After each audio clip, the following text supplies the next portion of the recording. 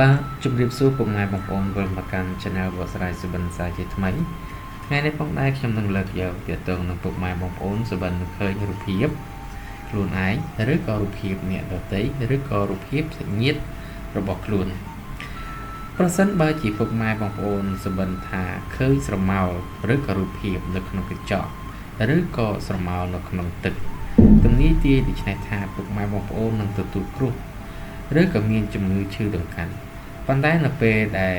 ជំងឺនោះជាសះស្បើយនឹងមានលាភសំណាងដល់អ្នកសុបិនមួយទៀតប្រសិនបើជាពុកម៉ែបងប្អូនសុបិនឃើញរូបថត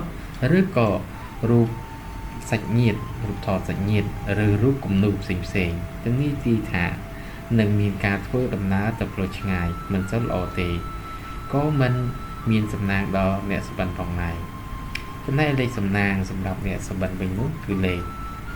46 47លេខ144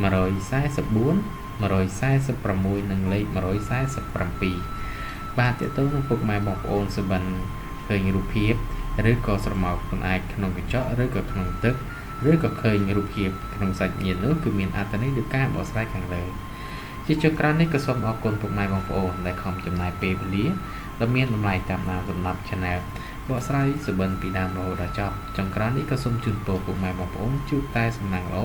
គ្រប់គ្នាសូមអរគុណ